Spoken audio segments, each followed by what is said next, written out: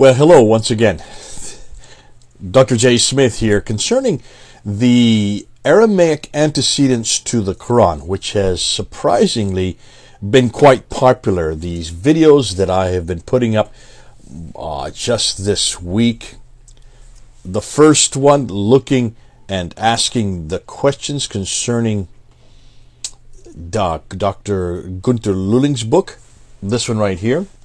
Challenge to Islam for Reformation. Not a good title, as I've said many times through. It's really this statement down here: rediscovering and reconstructing Christian hymnals hidden in the Quran. That's really what this book is about. Huge book that was, well, because of us, was brought into English so that we could all read it. I hope some of you have bought it. And we then moved into this book here, the Syro-Aramaic reading of the Quran that came subsequent to that by Christoph Luxemburg, Dr. Christoph Luxemburg. Both of these gentlemen from Germany, thanks to the Germans who seem to be ahead of the rest of the world when it comes to understanding the Aramaic antecedents. But a third book that I introduced was this one here, the Quran Misinterpreted, Mistranslated, and Misread by Gabriel Somma. This is the third one that we're introducing, and I'll be saying more about that in this video here. Now, as I've been introducing the theme is, of course, that when you look at the poetry, when you look at the strophes, this poetry that is in the Quran, roughly a third of the Quran, 33% of the Quran, people like Dr. Günter Lüling back in the 1970s, the last century, was able to reconstruct them by finding their antecedents in pre-Islamic Christian hymns in Syro-Aramaic. The same thing was done then by Christoph Luxemburg and also by Gabriel Somma. Now, Gabriel Somma is a Syriac scholar. He is Syriac. That is his native tongue. He also speaks fluent Hebrew and also speaks fluent Arabic, having grown up in that part of the world. So he is from that tradition, the Aramaic tradition. Therefore, in some ways, he is the person we should have been going to, because he knows it better than anybody else. It's part of his whole tradition. It's part of his heritage, you might say. The Germans have just come on later in the game because they are scholars and they're doing it from a scholarly standpoint within the institution of academia and have been vilified for it. Look at the story of Günter Lüling, what happened to him. And then, of course, Christoph Luxemburg, that's not even his name. He can't even use his name because of the vilification that's coming on them as Western scholars who are doing their work in Western academia. But what's fascinating, as I've been reading the comments, and this is why I'm doing this video, reading those comments from many of you, the question keeps coming up, okay, we understand, yes, Dr. Smith, okay, we know that this is a problem, we see that this is going on, but we don't see examples. Where are the examples? Where are all these myriad of examples? Where is the 33% of the Quran where they have found these antecedents, these parallels from earlier material, from, in this case, Aramaic material? Well, that's why it's obvious to do that. We're going to have to open the books. And let me just start with Günter Lüling, and let's just do that. And what I want to do is give you some examples of this, and then I will be going to and giving you some examples by my friend Murad, who is in the Middle East, who has gone through this book and in fact is going up on his site, and I'll say more about him, and putting up example after example. He's put up, I think, 5 examples already where you can find these Aramaic antecedents. But what is it we're talking about? Well, let's do some quotes from Günter Lüling. Let's start with Günter Lüling, and I'll put this quote up to begin with. The text of the Quran, he says, as transmitted by Muslim orthodoxy, contains, hidden behind it as a ground layer and considerably scattered throughout it, together about 1/3 of the whole Quranic text, an originally pre-Islamic Christian text. So what he's saying basically is, folks, if you look real hard, you're going to find an awful lot of Christian text within the Quranic text. So you say, okay, so what's the problem here? Why is this a difficulty for the Qur'an? It's a real difficulty for the Qur'an, because remember, for everything that Muslims have told us about the Qur'an, everything they've told us about this book, the Qur'an, for 1400 years, is that it is eternal. It cannot have any human intervention or manipulation or correction or corruption. That's in chapter 10, verse 15. That's in chapter 18, verse 27. It is eternal. That's in chapter 85, verse 22. The Quran is very clear. It makes that point. And that Allah Himself will preserve it. So how can you suddenly have all these pieces of literature, these hymns written by people that are riddled right through the Quran? You can't have hymns in the Quran if this book is eternal. Only that which is scripture can be included in the Quran itself, and it has to be something that has been long before the 8th century, the 6th, 7th century, long before any Christians would have had any chance to interpose into it. Remember, these hymns are written by Christians, written in Aramaic, many of them like Saint Ephraim from the 4th century, and in the 5th century, and in the 6th century, up until the 7th century. So these hymns have been there for a good a few hundred years. In fact, we're going to see that. Let's look at this quote, because this quote then goes on. Look and see what Lüling says next. Or in particular, this ground layer is constituted by a pre-Islamic erstwhile Christian Arabic strophic hymnody.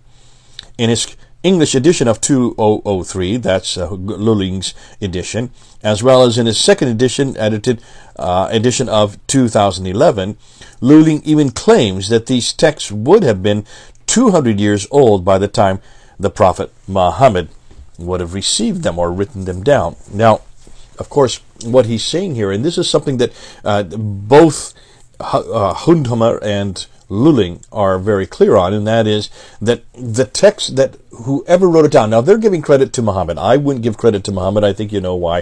I think many of us today realize that Muhammad had nothing to do with this. Whoever put the Quran together were scholars. They were Arabic scholars, possibly not even in the 7th century, but possibly as late as the 8th and 9th century, borrowing these Christian Aramaic texts. But listen, this is the 1970s, so of course Lüling and Hundhammer are going to come to their supposition, and their supposition this was written by Muhammad. So what they're saying is this material that Muhammad, whoever put the Quran together, whoever actually compiled it, whoever that person was, this material that he's compiling was around for over 200 years and constituted a good third of the Quran. What else does he say? Let's continue on with reading, and here is what Günter Lüling says. Today it stands beyond question, details for corroboration will be given later, that the rich Christian Ethiopian hymnody of the early 6th century, 1 century before Muhammad, goes back in the main to Christian Coptic originals, sometimes corresponding word for word across hundreds of strophes. That means verse by verse by verse by verse, the sequence of which is neatly maintained. Frequent misunderstandings of the Coptic original in the Ethiopic translations result without any possible doubt from typical misunderstandings of an ambiguous Arabia text, minus its diacritical consonants, points and vowels and strokes. This indicates that these voluminous Ethiopian strophic texts of around 500 CE, which stem from Coptic sources, must have passed through the Central Arabian stage of a likewise voluminous but lost pre-Islamic Christian Arabic strophic hymnody.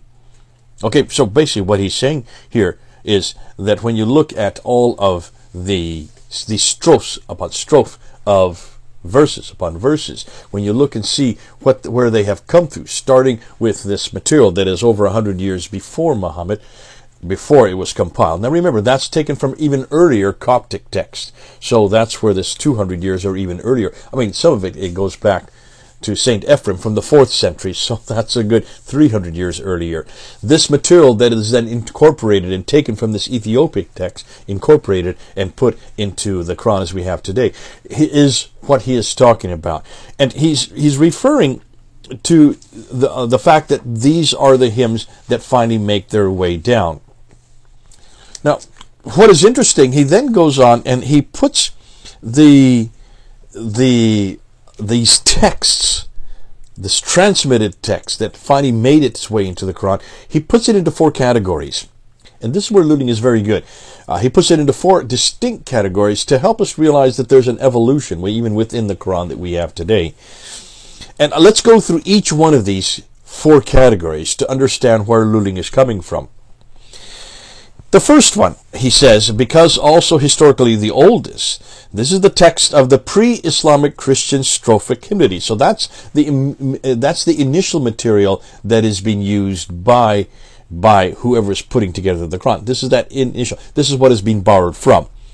Hidden in the ground layer, that means the razm, that's a consonant, without diacritical points and without strokes to indicate the vowels. So that would just be the bare consonantal text. We know that is called razm in Arabic.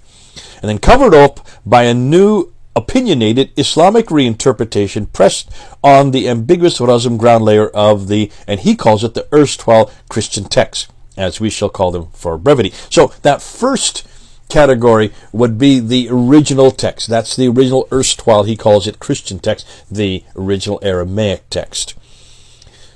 Then he goes on to the second category.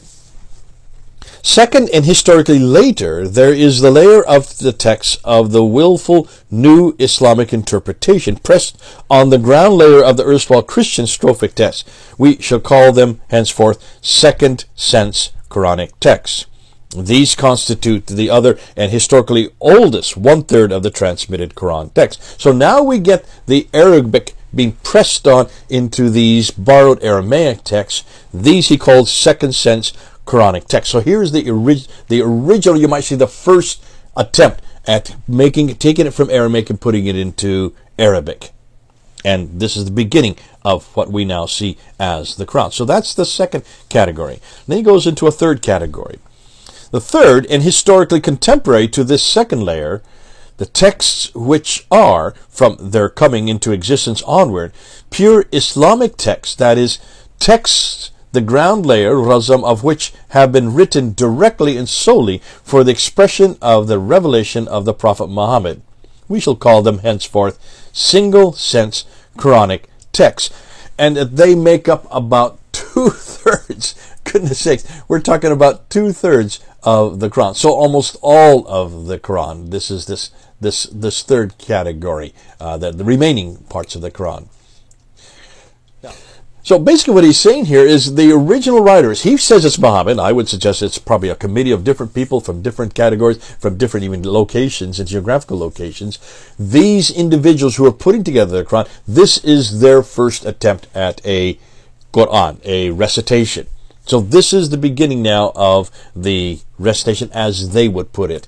And of course, they have an agenda, and their agenda is very Islamic. And so they are starting to, I guess, when you look at his book, you'll see they are starting to push out, turn, change, manipulate the words that they're getting to introduce their own words, their own narrative, their own phraseology. So that's the third category.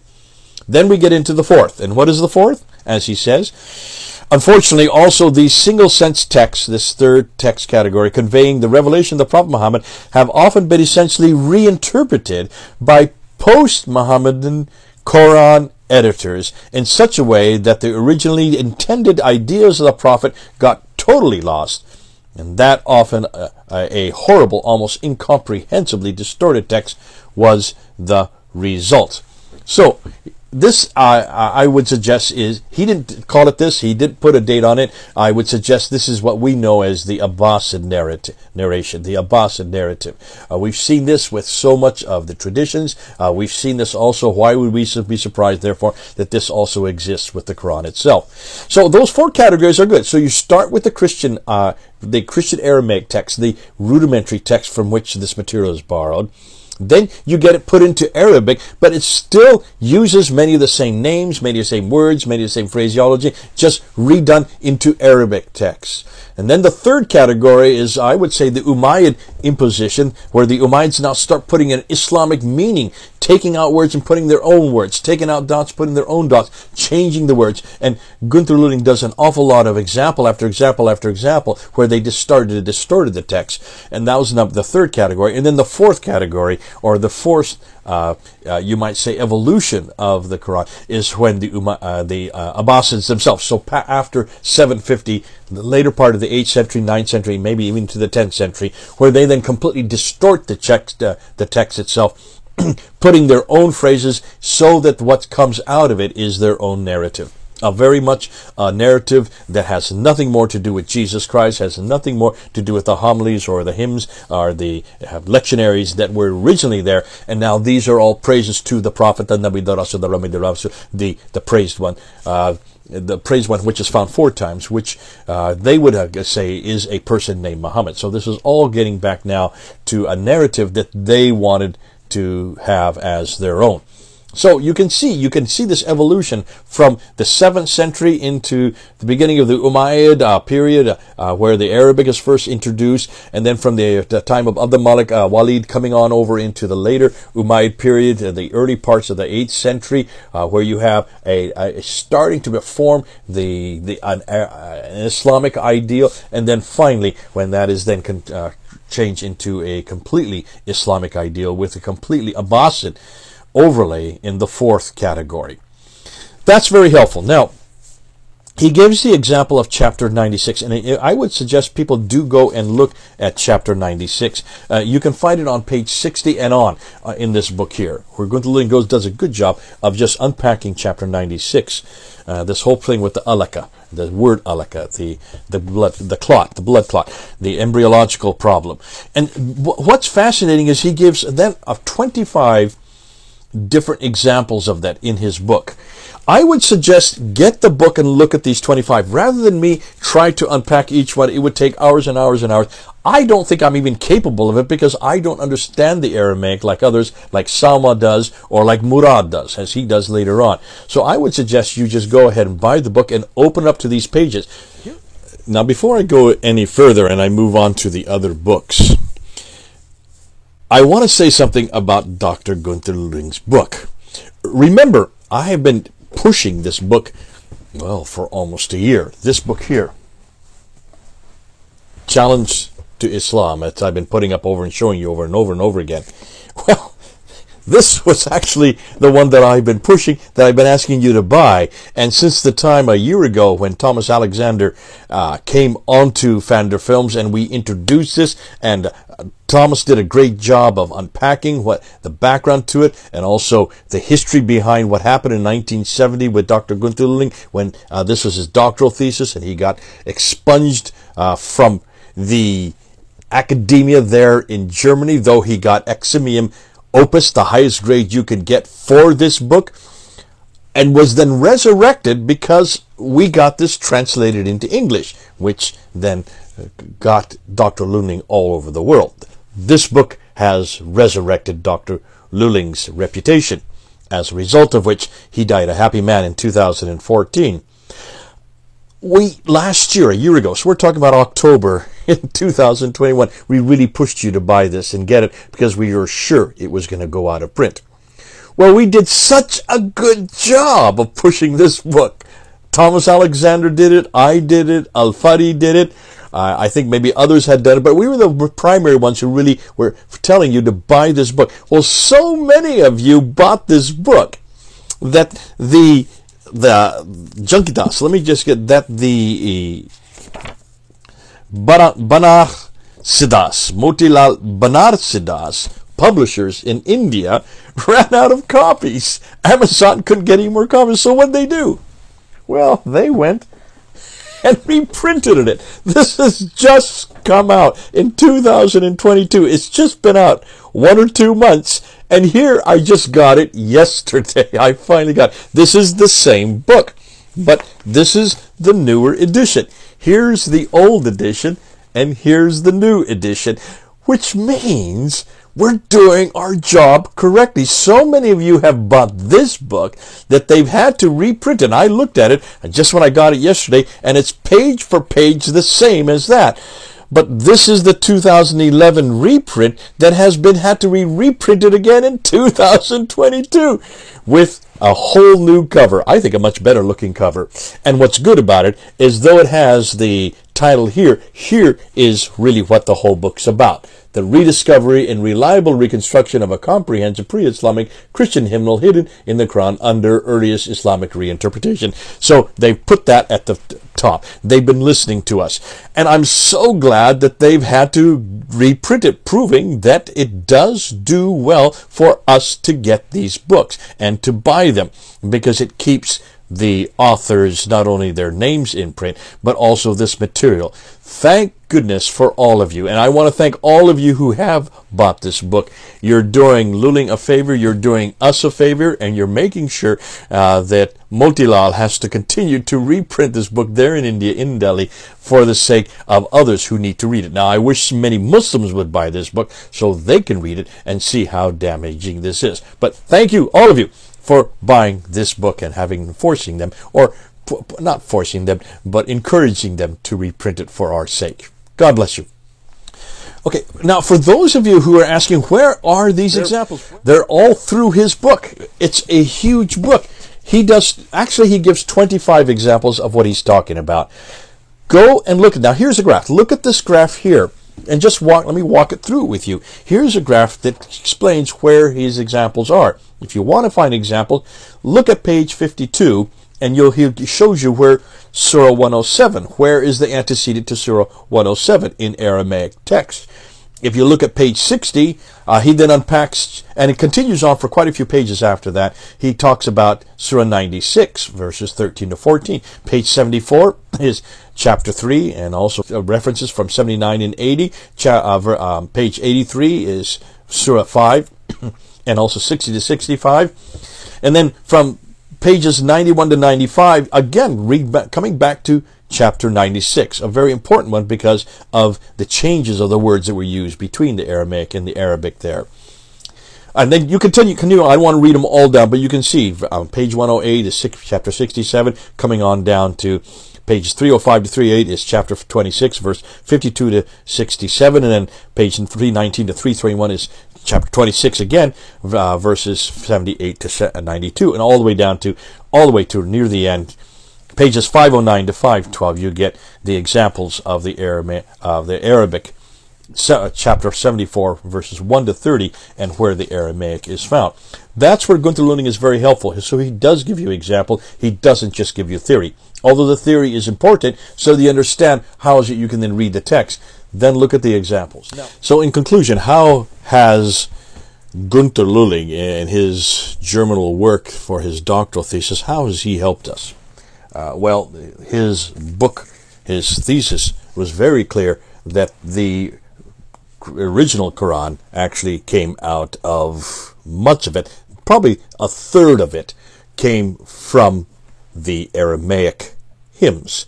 These beautiful hymns written by Christian in Aramaic in the 4th, 5th, and 6th century. That's pretty clear, and that's one reason why it was so disturbing for the academic hierarchy there in Germany in 1970, that even with the eximium opus, he had to be thrown out of the academic institutions, out of the whole system, was not given a professorship, and was left in obscurity until we resurrected him by bringing him into English. This is why we're doing all of this in English, and this is why we're asking the Germans to send all their material to us so that we can translate it into English so that you can hear it. Because once it gets out of the German academia into the much wider English-speaking academia, it then has a life of its own.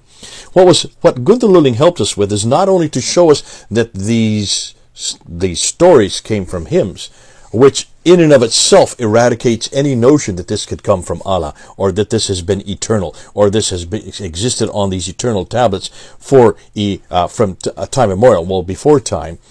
That throws that out of the notion, but also that this is something that came from Muhammad, or this came from Uthman in 652, Muhammad earlier, because we know that these were all written not in Arabia, not in Mecca or Medina. These were written by Christians, and these are hymns that they sung in church. These are well-known hymns, and that's one reason why they're so damaging to this notion that the Qur'an is external to any other piece of literature, better than any other piece of literature, and is the seal of all previous literature, all previous revelations.